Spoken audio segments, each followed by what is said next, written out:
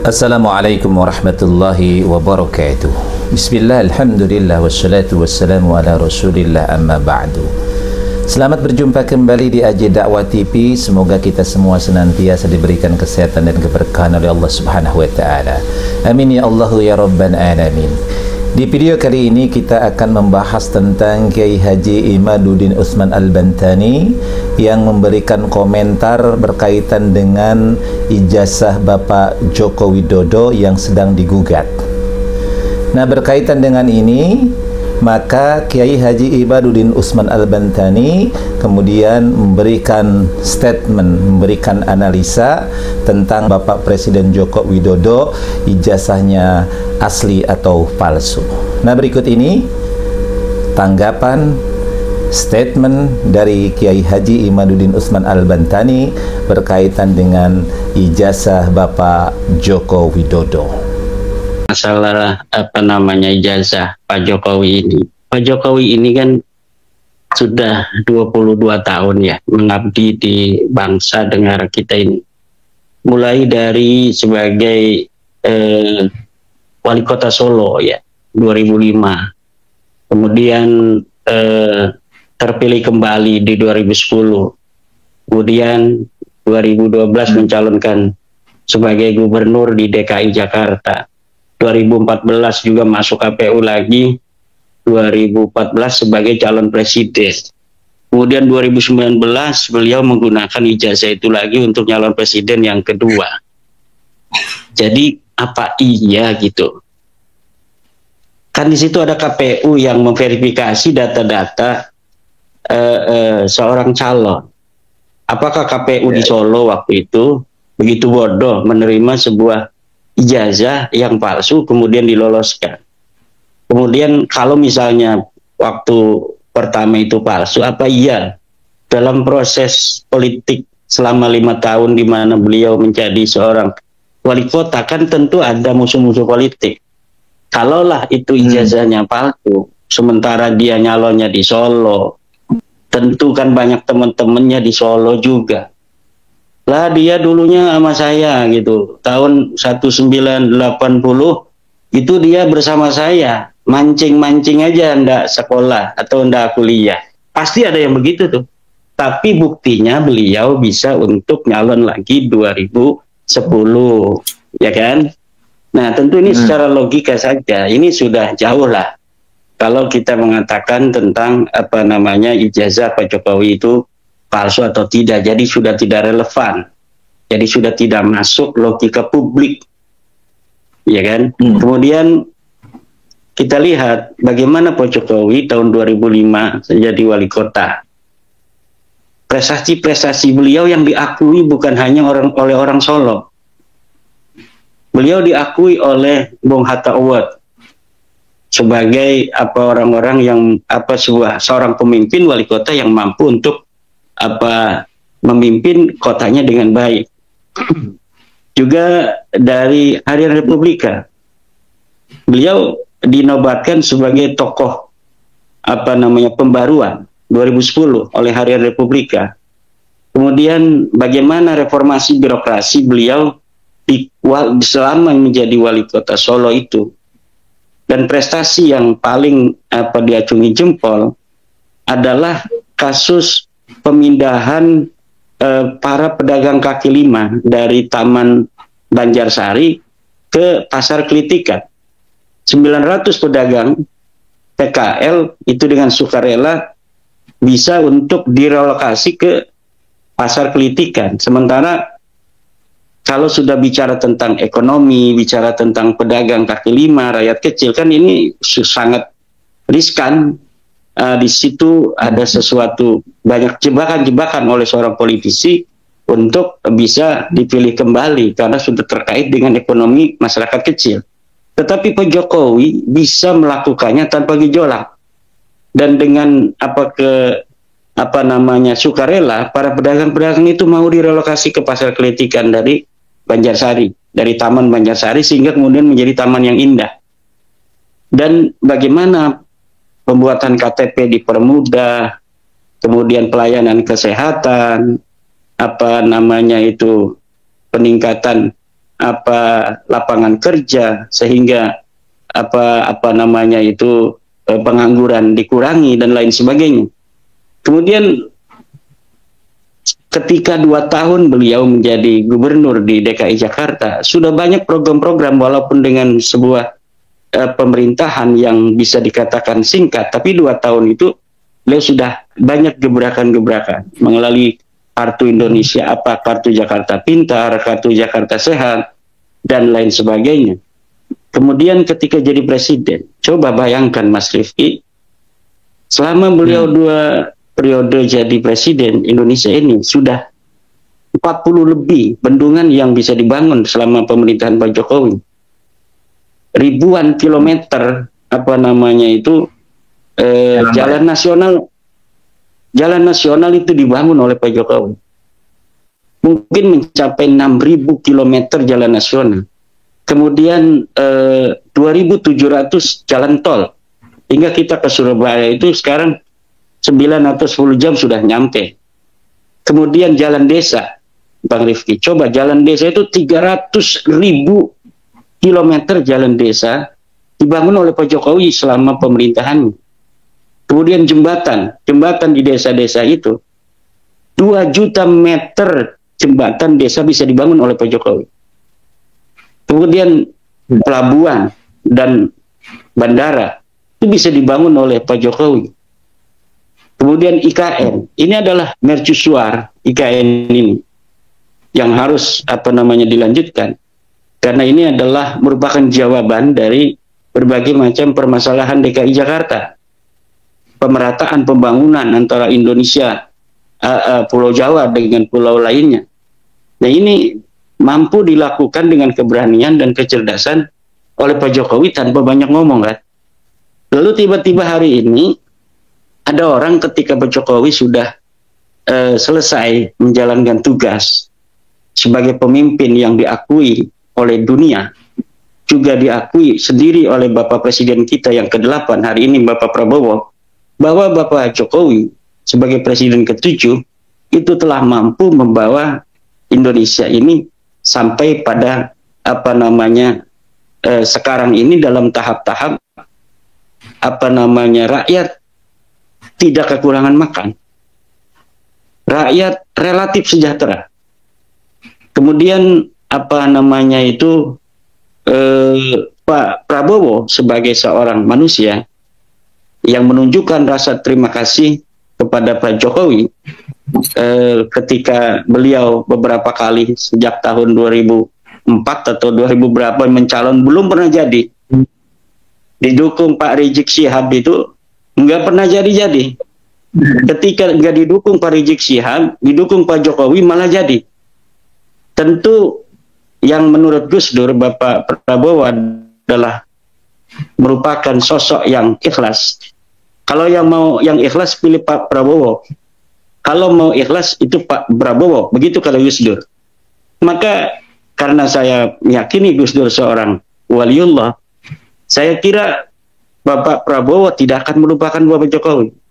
Jadi orang yang ingin memisahkan antara Bapak Prabowo dan Bapak Jokowi, menginginkan Bapak Jokowi ditinggalkan oleh Bapak Prabowo, saya kira itu mimpi di siang bolong. Usaha-usaha ijazah palsu ini dikemukakan, kemudian juga merupakan sebuah upaya-upaya itu. Bagaimana seorang Joko Widodo yang telah membantu Bapak Prabowo sampai beliau menjadi seorang presiden, walaupun tentu dengan kerja-kerja kolektif dari tim Bapak Prabowo yang lain juga. Tetapi saya kira Bapak Prabowo menginsafi bahwa peran Bapak Jokowi dalam menjadikan beliau sebagai presiden itu besar. Nah, dari situ usaha-usaha untuk memisahkan antara Bapak Prabowo dan Bapak Jokowi adalah mimpi di siang bolong. Dan usaha-usaha yang aneh lagi adalah usaha untuk bagaimana Bapak Gibran ini dimajukan sebagai wakil presiden. Bagaimana seorang presiden dan wakil presiden yang dipilih secara sah oleh pemilu yang sah, suara rakyat yang harus dihormati, kemudian tiba-tiba ada beberapa kelompok orang yang meminta kepada Bapak Presiden untuk memajulkan Gibran pasangannya sendiri. Saya kira ini cara berpikir yang juga cara berpikir yang ada masalah di sana. Nah, kalau dia mempermasalahkan atau mereka mempermasalahkan Bapak Gibran, berarti mempermasalahkan juga Bapak Prabowo.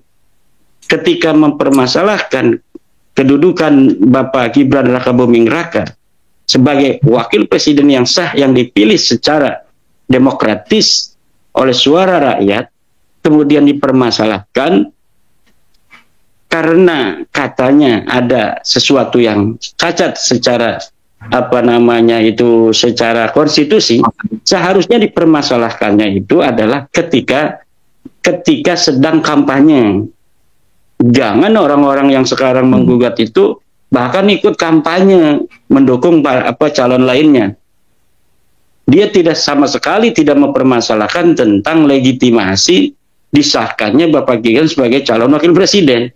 Justru ketika sudah selesai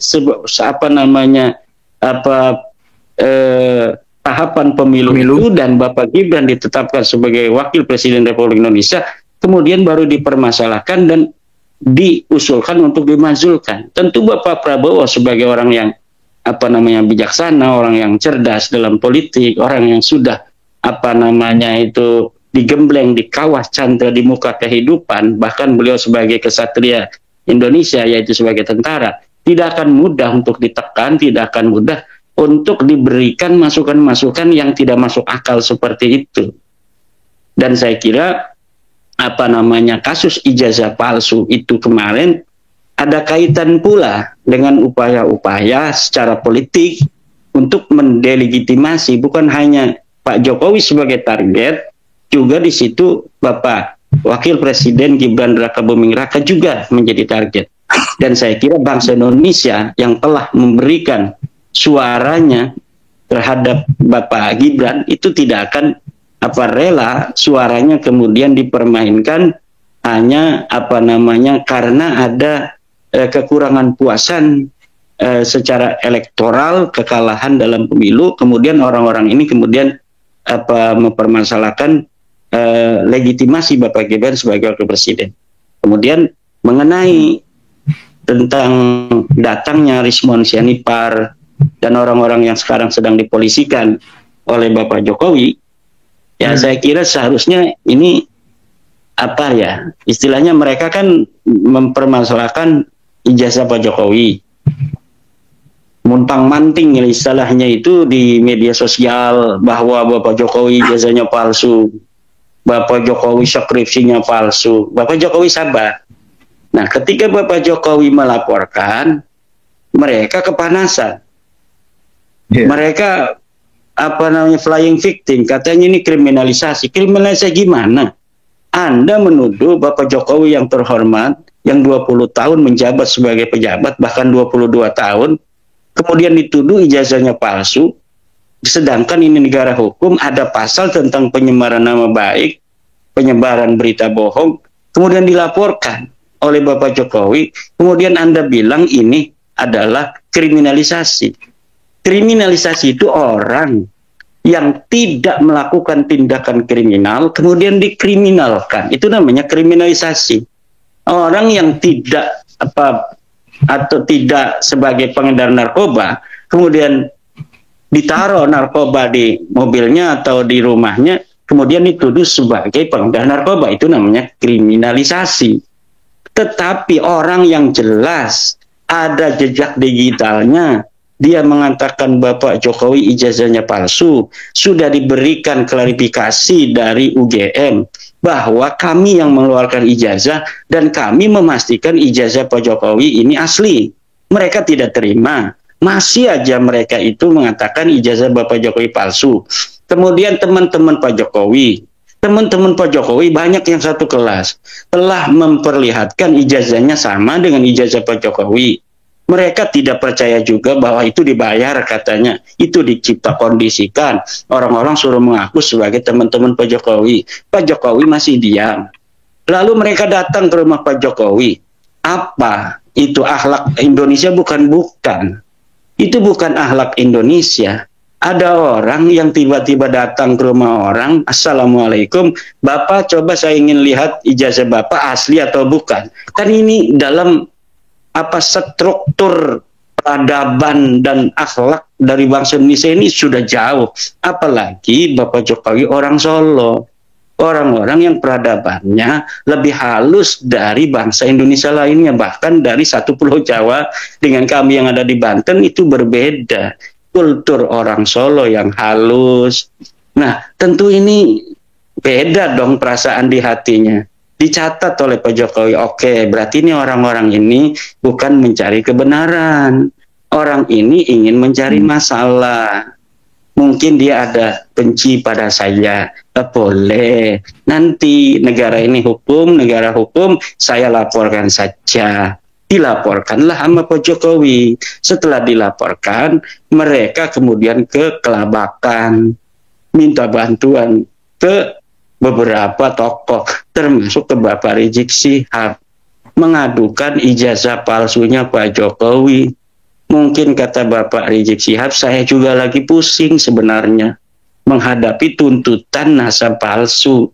Kalian datang kepada saya untuk melaporkan ijazah palsu. Antara ijazah palsu dan nasab palsu, mana yang lebih berat? Seharusnya saya yang datang pada Anda untuk meminta bantuan tentang nasab palsu, bukan Anda datang pada saya untuk meminta bantuan tentang ijazah palsu. Mungkin begitu, tapi kan kita nggak tahu ya. Dari video tadi kita bisa melihat bahwa Kiai Haji Imaduddin Utsman Al-Bantani menjelaskan begitu runtut berkaitan dengan bagaimana kronologis penggunaan daripada ijazah Bapak Joko Widodo tersebut. Dimulai dengan proses pencalonan beliau sebagai wali kota Solo, kemudian berlanjut, kemudian baru sampai akhir jabatan beliau selama 2 periode sebagai Presiden Republik Indonesia. Maka dalam analisa beliau, bahwa kalau seandainya memang ijazah Bapak Joko Widodo itu palsu, tentu sudah jauh-jauh hari sudah ada orang-orang yang kemudian mengadukan tentang kepalsuan ijazah Bapak Joko Widodo tersebut. Nah, inilah analisa dari Kiai Haji Imaduddin Utsman Al-Bantani. Berkaitan dengan hal ini, tentu palsu atau aslinya ijazah Bapak Joko Widodo ini sekarang sudah tidak ada pengaruhnya lagi, karena beliau tidak lagi menjabat sebagai pejabat publik, tapi paling ya ranah tentang secara administratif, melakukan manipulasi, mengaku-ngaku itu memang ada pidananya, tapi pidananya pun pidana yang ringan, tidak seberat pidana koruptor misalnya. Oleh karenanya, dalam pandangan Al-Fakir, tentu hal ini lebih baik sudahlah. Beliau diakui atau tidak diakui, beliau adalah Presiden Republik Indonesia yang ke-7, yang selama 2 periode beliau menjabat sebagai Presiden Indonesia, yang mengantarkan negara Indonesia ini selama 10 tahun berada di bawah kepemimpinan beliau. Banyak hal-hal yang sudah beliau sumbangsi untuk negeri ini. Maka tentunya kita sebagai rakyat Indonesia, kita harus mengapresiasi dan menghargai jasa-jasa Presiden kita ini. Diakuin atau tidak diakui bahwa Presiden yang ke-7 adalah Bapak Joko Widodo, beliau pun menyelesaikan masa jabatan 2 periode dengan lulus, tidak ada kemudian dinyatakan laporan pertanggungjawaban beliau ditolak di MPR. Nah, mudah-mudahan video ini bisa memberikan manfaat. Allah muwaffiq ila aqwamit thoriq. Assalamualaikum warahmatullahi wabarakatuh.